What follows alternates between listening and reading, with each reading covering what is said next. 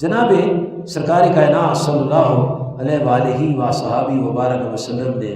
لوگوں سے فرمایا اے لوگوں حج کرا کرو۔ تو ایک بندہ کھڑا ہوا، عرض کیا یا رسول اللہ صلی اللہ علیہ وسلم آپ فرماتے حج کرو، اقول آمین، کیا ہر سال حج کریں؟ آپ خاموش رہے۔ وہ ادھر تھا، آپ نے رخ مبارک ادھر کر لیا، وہ سامنے آ گیا، یا رسول اللہ صلی اللہ علیہ وسلم کیا ہر دفعہ حج کریں؟ آپ نے فرمایا یا یوناس قد فرض علیکم الحج فحجوا، لوگوں حج کرو، حج فرض ہوا ہے۔ اقول آمین یا رسول اللہ، یا رسول اللہ ہر سال؟ آپ نے اس بندے سے ادھر رخ مبارک کیا، 1 2 3 دفعہ اس نے پوچھا۔ ابو ہریرہ روایت کرتے ہیں، اور یہ امام مسلم نے صحیح مسلم لکھا ہے، جلد نمبر 1 صفحہ نمبر 432، اور دیگر کتابیں نسائی شریف جلد 2 صفحہ 1 وغیرہ میں۔ آپ نے ہمیں لوگوں جتنی بات میں فرما دوں اس پر عمل کرو، اگر میں فرما دوں ہر سال فرض ہے تو پھر ہر سال فرض ہو جائے گا، تم کر نہیں سکو گے، اسے جتنی بات فرما دی اتنا کرو، حج کرو ٹھیک ہے۔ اس کے بعد یہ بات کھل گئی کہ اس سے مراد ہے 1 دفعہ، 1 دفعہ حج کرنا فرض ہے۔ اگر فرض ادا ہو گیا ہے، اب جتنی دفعہ جائیں گے وہ نفلی حج ہوگا، فرض نہیں ہوگا، فرض ادا ہو گیا۔ جیسے ظہر کی نماز پڑھ لی 1 دفعہ، اب دوسری دفعہ نہیں ہے، اب جتنے نفل پڑھیں گے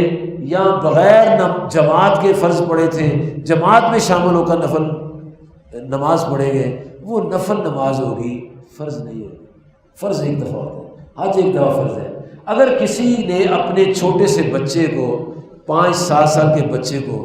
حج کرایا اپنے ساتھ، اس وقت فرض نہیں تھا، وہ حج فرض ادا نہیں ہوگا، ثواب ہوگا والدین کو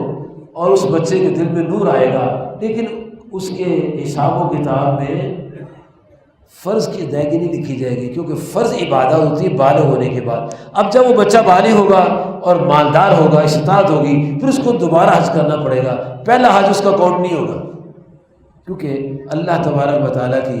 ذات پاک نے سورۃ آل عمران کی آیت نمبر 97 میں یہ ارشاد فرمایا ہے، پورا معنی اس کا اس میں ارشاد فرمایا گیا۔ اللہ تعالیٰ فرماتا ہے وَلِلَّهِ عَلَى النَّاسِ حِجُّ الْبَيْتِ مَنِ اسْتَطَاعَ إِلَيْهِ سَبِيلًا، جس کو استطاعت ہے اس پر حج فرض ہے، قرض لے کر حج نہیں ہوتا، یہ یاد رکھیں۔ ایک بندہ کہتا ہے مجھے قرض دے دو میں حج کرتا ہوں۔ حج کرنے والے کے لیے حج کے سفر کے پیسے اور 1 مہینہ گھر والوں کے لیے خرچے کے پیسے، تمام سہولتیں، تمام ضروریات کی ادائیگی، پھر حج، کیونکہ اللہ تبارک و تعالیٰ جل مجد الکریم کی ذات پاک نے جب یہ حکم فرمایا کہ اے محبوب کریم صلی اللہ علیہ وسلم آپ لوگوں کو فرمائے لوگوں حج کرو، تو کچھ لوگوں نے ایسے کیا کہ وہ چل پڑے اور پھر وہاں جا کے مانگنے لگے، پیسے نہیں تھے ان کے پاس، لے کر گئے تو تھوڑے لے کر گئے، تو اللہ پاک نے فرمایا کہ یہ صحیح طریقہ نہیں ہے۔ تزودوا، فرمایا حج کا توشہ ساتھ لے کے جاؤ، توشہ